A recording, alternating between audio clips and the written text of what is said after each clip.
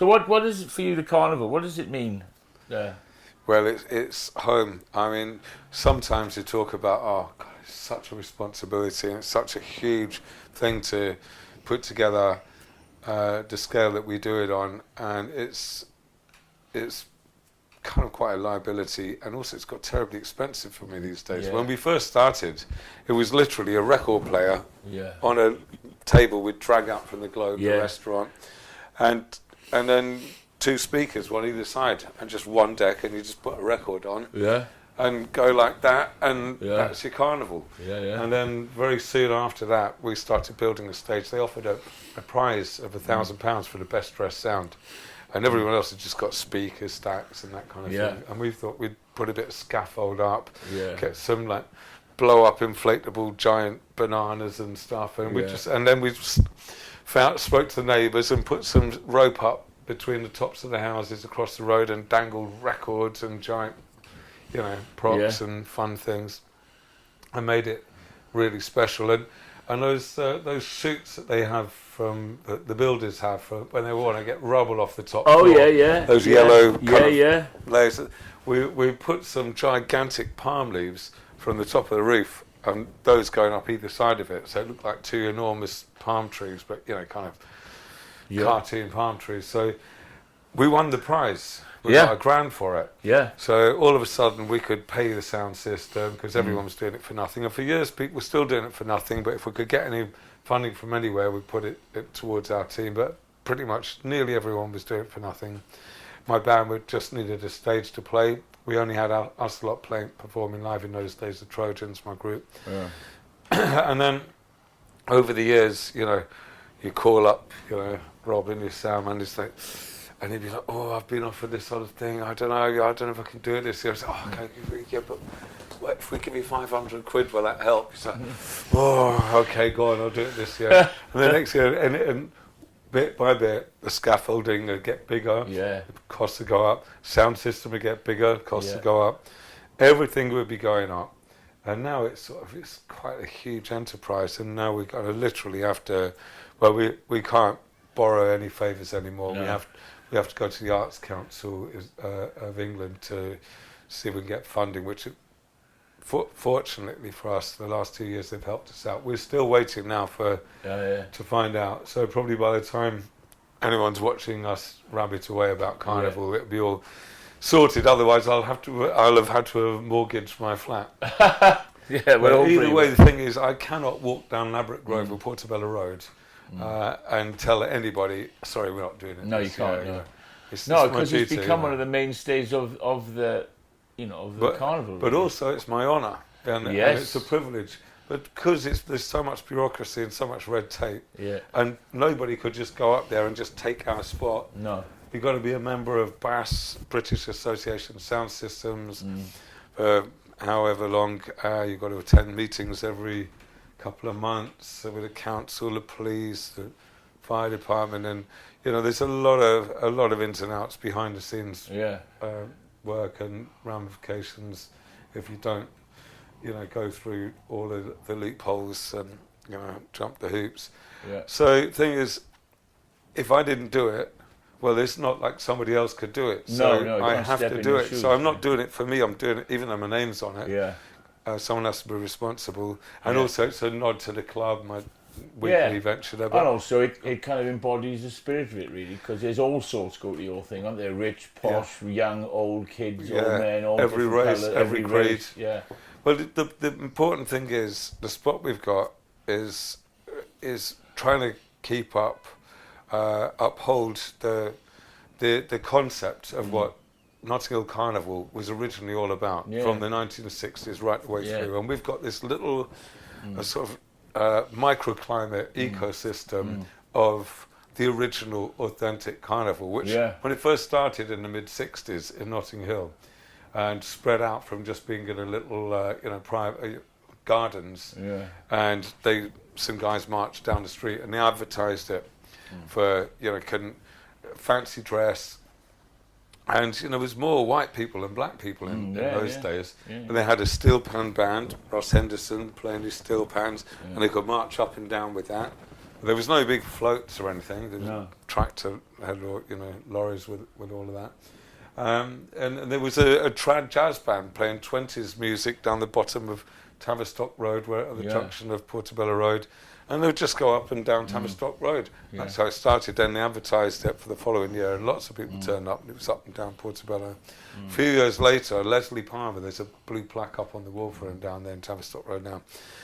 In 1973, he said he noticed how kind of lots of locals embraced it, but the Jamaicans all stood to one side, kind of, like it, man, but it's not really, we're not really involved, So then he asked a few sound systems to turn up. So in 73, a load of sound systems turned up, Jamaican sound system playing reggae and things. And then he asked, at the same time, a few mass bands, because he's from Trinidad and Tobago, and they got a few mass bands, and they sent over costumes, and he spoke to all the Trinidadians, all of a sudden he had a few floats for the first time. So he had floats and sound systems in 73, changed everything. Within 3 years, there's, hundreds of thousands of people, and it ended up in a riot because they had to police it. I was there then that day, I was there too. In fact, that was the first carnival I ever went to. Me too. And I've never missed one since. This year, we're going to circus. The idea is it's a nod to a 1952 film called The Greatest Show on Earth. So actually the theme is The Greatest Show on Earth. Oh, yeah. And Cecil B. DeMille, wasn't it? You know what, I wouldn't be surprised if it was. It was a grand scale. It was one of the early Technicolor hits. It won all the Oscars in its day. And it's about a struggling circus who revived its fortunes by hiring a famous trapeze artist. Was that Tony Curtis? Who was, there's a lot of famous actors in it. Charlton Heston. He was a ring lad. He was the main guy. Burt Lancaster was in it. It was a trapeze artist to begin. So anyway, it was all about the Great Sebastian. So around that time, Jamaican sound systems were just kicking off and just in their infancy. And in 1952, the first sound system, a guy called Tom, forgot the surname, but my buddy Duke Vinn, who's sadly just departed, he came over to England in the early 50s and set up the first sound system in England, but he was the first DJ for Tom. And what happened is Tom had been going for a year or two, and he was the only sound system. People only ever seen a jukebox before in Jamaica. So around that time they're playing kind of a bit of calypso, but mainly American rhythm and blues. So Duke would be going over to America and bringing back all this R&B, and he'd be a very young man at the time. But Tom, who owned the sound system, the whole of Jamaica is flocking to West Kingston to see this, like in awe. And a guy remarked, having just seen the movie Greatest Show on Earth, "Oh my God, man, my God, this is like the greatest show on earth, and you come like Tom the Great Sebastian." So he named the sound. So ever since then, the sound system was called Tom the Great Sebastian. So Duke Vinn was our DJ. He lived in the area. He lived around here, Notting Hill, from arriving here in 1953. He's always lived around here, and so he's a bit of a local icon. And he DJ'd for me every carnival for donkey's years until he got really too old to go. The last time, just before he died, he was there and he didn't make it the last year. And he said, "I've got a great idea." So this is what we do. He says, "Build me a bed in the sound system," because he was bedridden for the last year. He had series of strokes, and I said, "Just build me a bed and I'll DJ from the bed." He was determined. He absolutely loved the carnival. So we thought, well, it's a bit of a nod to that, the history of carnival, the history of sound system, and also we're a bit of a circus act ourselves, but we are actually going to kind of run it as a circus theme. We've got this crew called the Invisible Circus that used to do squat parties in the 80s. They're now based in Bristol. They travelled the world, and now they're very popular. They do stuff at Glastonbury and very solid places. Yeah, of course, your other kind of spiritual home is Soho, of course, I suppose, because you've been doing this, which is a great book. The first 30 years, been out a couple of years now, but you've been. How long have you been there? I opened the night as a one-off in 1980, July the 3rd, 1980. And I've been there ever since. I was only going to do it for like 3 weeks. I got a bit carried away.